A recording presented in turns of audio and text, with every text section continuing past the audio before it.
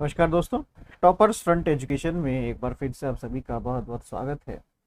जो विद्यार्थी दिसंबर 2022 या हो सकता है ये एग्ज़ाम जनवरी में हो, उसकी तैयारी कर रहे हैं, तो philosophy plus paper first in दोनों की कक्षाएं 1 तारीख से, जी हाँ, 1 जुलाई से प्रारंभ होने वाली है। इसमें classes, class notes, one liner, complete descriptive notes, mind map, almost 3000 से ऊपर पीडीएफ क्वेश्चंस जो कि यूनिट वाइज हैं, प्लस आपका मॉक टेस्ट जो कि यूनिट वाइज प्लस कंप्लीट है।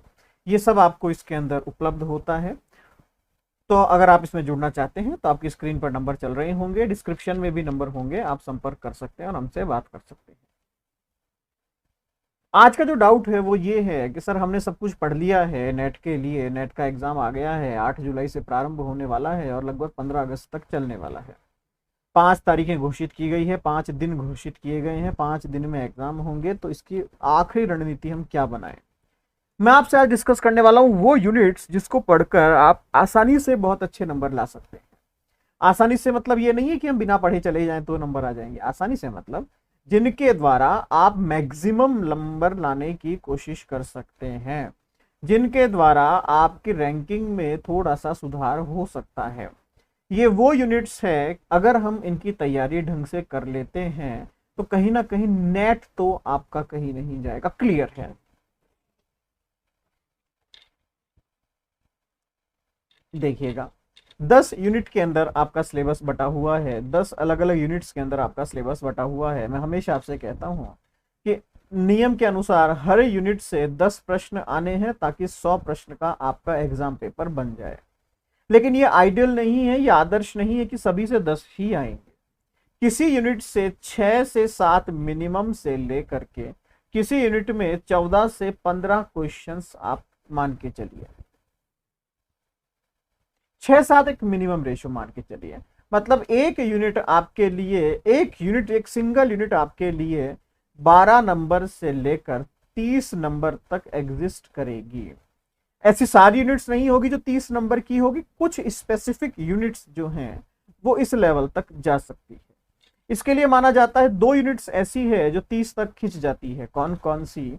यूनिट संख्या फर्स्ट और यूनिट संख्या सेकंड। पहली और दूसरी यूनिट जो है उसमें 10 प्रश्न नहीं आएंगे, ध्यान रखिएगा। इन दोनों से कम 12 प्लस प्रश्न आएंगे ही आएंगे, ये फिक्स है, ये फिक्स है, ध्यान रखिएगा इस बात को। मैं आपको एग्जाम पेपर की थोड़ी सी स्ट्रेटेजी समझा रहा हूं। पिछले 10 वर्षों में जो मैंने इसका स्टडी किया है, इसका अध्ययन किया है, उसके अनुसार मैं आपको अपना एक्सपीरियंस शेयर कर रहा हूं। मैं कोई भविष्य वक्ता नहीं हूं या फिर मैं कोई एस्ट्रोलॉजर नहीं हूं कि मैं कहूंगा ऐसा ही होगा और वैसा ही होगा। ये जस्ट मेरा एक्सपीरियंस है। मैं अलग अलग पैरामीटर्स पर जब मैं चेक कर रहा हूं तो जस्ट मेरा एक्सपीरियंस है। ये 2 यूनिट्स ऐसी है जहां से 10 नहीं 12 प्लस क्वेश्चंस आएंगे। क्वेश्चन आता है सर फिर ऐसी यूनिट्स कौन सी है जहां से प्रश्न कम आ सकते हैं, तो जस्ट इसके आगे 2 यूनिट्स आती है आपके,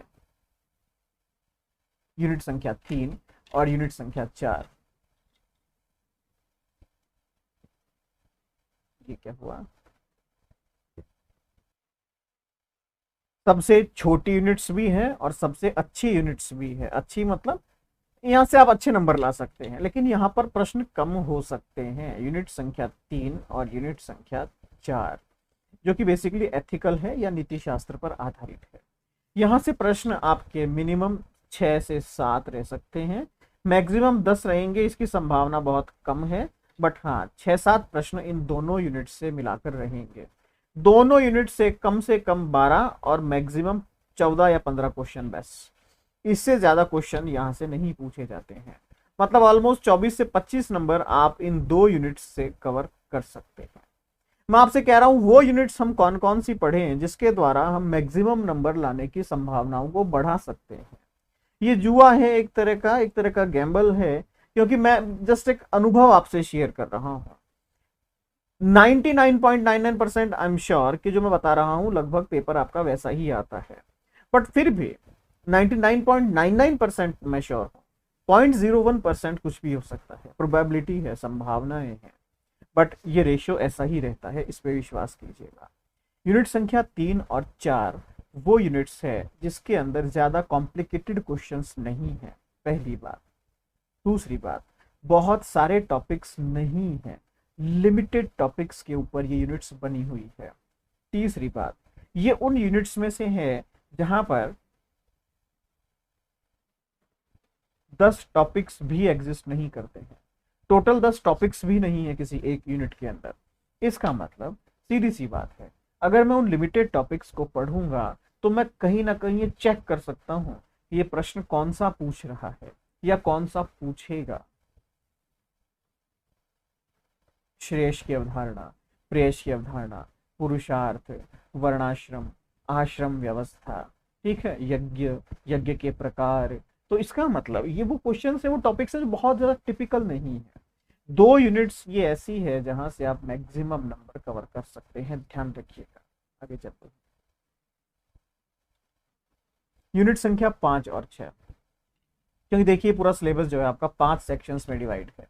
अगर आपसे मैं कहूँ, पता नहीं आप किस तरीके से पढ़ते हैं, बट इसका पढ़ने का तरीका समझाता हूँ आपको, ये देखिएगा। जो बच्चे आगे की तैयारी कर रहे हैं शायद उनको भी पता रहेगा इसका। 5 सेक्शंस में आपका सिलेबस डिवाइड है। पहला सेक्शन बेसिक फिलॉसफी। इस बेसिक में आपकी यूनिट संख्या 1 और 2 आती है, जिसमें इंडियन और वेस्टर्न, ये बेसिक फिलॉसफी है। 2 आती है एथिक्स, नीति शास्त्र, यूनिट संख्या 3 और यूनिट संख्या 4। फिर आती है आपकी कंटेम्पररी फिलॉसफी, समकालीन दर्शन, 5 और 6। फिर आती है सोशल पॉलिटिकल, सामाजिक राजनीतिक दर्शन, 7, 8। फिर बची 2 यूनिट्स आपकी लास्ट यूनिट्स, तो वो है आपकी लॉजिक्स और अप्लाइड फिलॉसफी। हालांकि ये दोनों ही अप्लाइड फिलॉसफी का ही पार्ट है, logics is also the part of applied philosophy, ठीक है, तो कंफ्यूज मत होइएगा। तो ये हो गया आपकी 9 और 10। अब इसमें जो पहला वाला है वो इंडियन है, Indian basic philosophy, Indian ethics philosophy, Indian contemporary, Indian social political. Second जो है वेस्टर्न है, western basic philosophy, western ethics, western contemporary philosophy, western social political philosophy, ठीक है। तो ये इस तरीके से ही डिवाइडेड है, इसी तरीके से ये बटा हुआ है। एथिक्स वो सेक्शन है जो आपको ज्यादा नंबर दिला सकता है, ध्यान रखिएगा। इसके अलावा कंटेम्पररी के अंदर यूनिट संख्या 5 इंडियन कंटेम्पररी, भारतीय समकालीन दर्शन, ये आपके लिए गेम चेंजर हो सकता है। इसके अलावा यूनिट संख्या 7 और 8 ये बहुत महत्वपूर्ण है आपके लिए, ये बहुत महत्वपूर्ण है आपके लिए। यहां पर भी क्वेश्चंस ज्यादा घूमते नहीं हैं। अंत में बचती है यूनिट संख्या 10 जो आपके लिए बोनस है। अगर मैं इसको और थोड़ा फाइन कर दूं तो देखिएगा, basic philosophy, ethics, contemporary philosophy, social political philosophy और अप्लाइड फिलॉसफी, अनुपयुक्त जिसे हम कहते हैं। बेसिक फिलॉसफी दोनों को मिलाकर ऑलमोस्ट 25 के आसपास मैक्सिमम क्वेश्चंस पूछे जा सकते हैं। एथिक्स के अंदर दोनों को अगर मैं मिला दूं तो 14 से 15 क्वेश्चन आप इसके मान सकते हैं। कंटेम्पररी फिलॉसफी को मैं मिला दूं तो सेम रेशियो मान लीजिए, 16 से 18 क्वेश्चंस यहां से पूछे जा सकते हैं इन दोनों से आपके। सोशल पॉलिटिकल को मैं मिला दूं तो ऑलमोस्ट 14 से लेकर 20, यहां पर वेरिएशन बहुत है। और अप्लाइड फिलॉसफी की मैं बात करूं तो अप्लाइड फिलॉसफी के अंदर भी बहुत ज्यादा वेरिएशन है, यहाँ पर 14 से लेकर के ऑलमोस्ट 25 तक का वेरिएशन देखने को मिलता है, ठीक है। तो प्लस माइनस 5 मान के चलिएगा, प्लस मतलब ये टोटल जो मैंने जोड़ा है इसमें किसी यूनिट के अंदर 5 क्वेश्चन ज्यादा या 5 कम का एक आइडल रेशो, मतलब बेसिक के अंदर कई बार क्या होता है कि 20 क्वेश्चन ही पूछ लिए जाते हैं, तो यहाँ पर ये वेरिएशन हमें देखने को मिलता है। इसके अलावा अगर मैं बात करूं, मैं वेरिएशन की बात क्यों कर रहा हूं आपसे, क्योंकि आइडल नहीं है पहली बात, तो ये कोई आदर्श नहीं है। दूसरी बात, अगर मैं मैक्सिमम वाले क्राइटेरिया को जोड़ता हूं तो क्वेश्चंस आपके 100 प्लस ऑलमोस्ट 103 104 के आसपास बन रहे हैं। अगर मैं मिनिमम वाले एरिया को जोड़ रहा हूं तो क्वेश्चंस आपके 85 के आसपास 90 के आसपास बन रहे हैं। इसका मतलब 5 से 10 क्वेश्चंस का वेरिएशन इन सभी के अंदर अभी भी है, जो फिक्स नहीं है, जो कहां से आ सकता है पता नहीं। फिर अपने टॉपिक पर आते हैं, हमें क्या क्या पढ़ना है। एथिक्स आपके लिए सबसे इंपॉर्टेंट है, कंटेम्प्ररी फिलॉसफी, इसके अंदर इंडियन आपके लिए इंपॉर्टेंट है। सोशल पॉलिटिकल फिलॉसफी, इसके अंदर इंडियन बहुत इजी है, क्वेश्चंस बहुत अच्छे आते हैं। और फिर आता है आपका अप्लाइड फिलॉसफी, मींस हमने कितने नंबर की बात की लगभग, एथिक्स 15 क्वेश्चंस मैं मान लेता हूं यहां से। कंटेम्प्ररी इंडियन फिलॉसफी ऑलमोस्ट 7 से 8 क्वेश्चंस यहां से आप मान के चलिए। Social political philosophy Indian same as 7 से 10 क्वेश्चंस यहां से मान के चलिए। अप्लाइड फिलॉसफी ऑलमोस्ट 8 से लेकर 12 क्वेश्चंस यहां से आप मान के चलिए। अगर आप ये 4 सेक्शन या 5 यूनिट कवर करते हैं तो ऑलमोस्ट आप देखेंगे कि इन 5 यूनिट के अंदर अगर आप मैक्सिमम वाले एरिया को जोड़ते हैं तो लगभग 45 के आसपास क्वेश्चंस बन रहे हैं। अगर आप मिनिमम वाले को जोड़ते हैं तो लगभग 37 के आसपास, 35 के आसपास क्वेश्चंस बन रहे हैं। इट मींस अगर आप ये 5 मजबूत कर लेते हैं यूनिट्स, आपकी मजबूत मतलब बहुत मजबूत कर लेते हैं, मींस अगर मान लीजिए 45 क्वेश्चंस की मैंने तैयारी करी और 45 में से ज्यादा नहीं लेकिन 38 के आसपास, 35 के आसपास क्वेश्चंस आपके सही हो गए, तो रिमेनिंग जो 5 यूनिट्स है अब वो आपके लिए बोनस हो गई। अगर उनके अंदर 50% स्कोर भी आपने किया, 40% स्कोर भी आपने किया, मतलब 20 से 30 क्वेश्चंस आपके सही हुए, तो आप देख सकते हैं आपके लगभग 60+ क्वेश्चंस सही हो रहे हैं ओनली फिलॉसफी के अंदर। वो भी तब जब आपने केवल 5 छोटे छोटे यूनिट्स को तैयार किया, तो भी 60+ तो आप पहुंच गए। अब पेपर फर्स्ट भी इसके अंदर आप जोड़ लीजिए। पेपर फर्स्ट में आप मान के चलिए कि 30, मैंने पहले भी कहा था 30 तो मिनिमम है, 30 क्वेश्चंस आपको वहां मिनिमम करने, 90 क्वेश्चंस आपके हो गए, 180 मार्क्स आपके आ गए। अब आप लास्ट रिजल्ट उठा के देखिएगा कि नेट का कट ऑफ क्या रहा था, आपका नेट क्लियर हो जाएगा। मींस एक रणनीति बनाने की कोशिश कीजिए, एक स्ट्रेटेजी बनाने की कोशिश कीजिए। यूनिट संख्या 1 और 2 ऐसी यूनिट है जहां से आप कुछ भी ना पढ़ें तो भी 4-4, 5-5 क्वेश्चन आप हमेशा से ही करते हैं। इतने लूज क्वेश्चंस वहां से पूछे जाते हैं।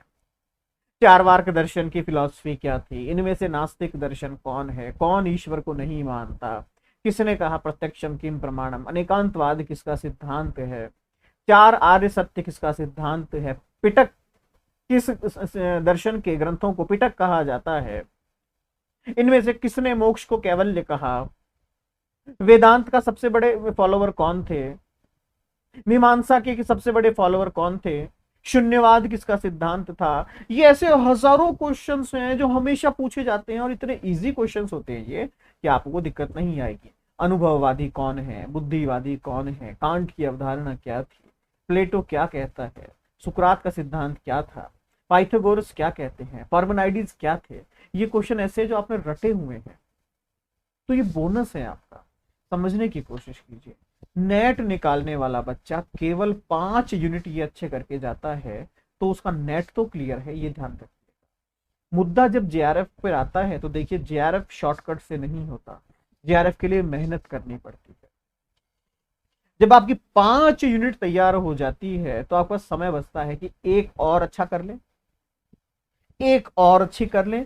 जेआरएफ का मूल मंत्र मैंने आपसे पहले भी कहा था, जो विद्यार्थी, जो स्टूडेंट केवल और केवल और केवल 7 या 8 यूनिट भी अच्छी पढ़ लेगा उसका जेआरएफ कोई नहीं रोक सकता। 10 यूनिट पढ़ने से जेआरएफ नहीं आएगी, केवल टारगेटेड पढ़ने से जेआरएफ आती है। लॉजिक्स नहीं आता, छोड़ दीजिए। आपको वेस्टर्न कंटेम्प्ररी नहीं आता कि साहब बहुत बड़ा है, छोड़ दीजिए।